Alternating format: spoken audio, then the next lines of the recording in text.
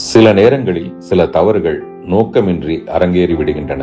Rapid fire போல கேட்கப்பட்ட 20 கேள்விகளுக்கும் சற்றும் யோசிக்காமல் டான் டான் என பதில் சொல்லிக் கொண்டிருக்கையில் த்ரிஷா அவர்களின் போட்டோ திரையில் வந்ததும் என்ன சொல்வது என யோசிக்கையில் குந்தவை குந்தவை என குரல் எழுப்பினர்.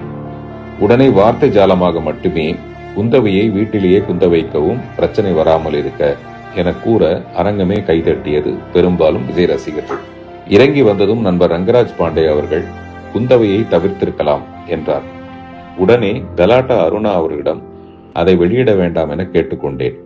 ஆனால் யாரோ எடுத்த வீடியோ மூலம் அது வெளியாகி சிலருக்கு வருத்தத்தை ஏற்படுத்தி இருக்கிறது என்பதை உணர்ந்து அதற்காக நானும் என் வருத்தத்தை மனப்பூர்வமாக தெரிவித்துக் கொள்கிறேன்.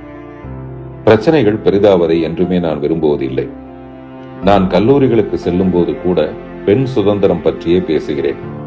ஆண் பெண் பாகுபாடு ஏதுமின்றி அனைவரும் தேவையற்ற கட்டுப்பாடுகளை விவாகரத்து செய்துவிட்டு சுதந்திரத்தை கைப்பிடித்து சந்தோஷமாக வாழ வேண்டும் என்று நினைப்பவன் நான். எனவே பெண்ணே இப்பிரபஞ்சத்தின் ஆகப்பெரும் ஆக்க சக்தி.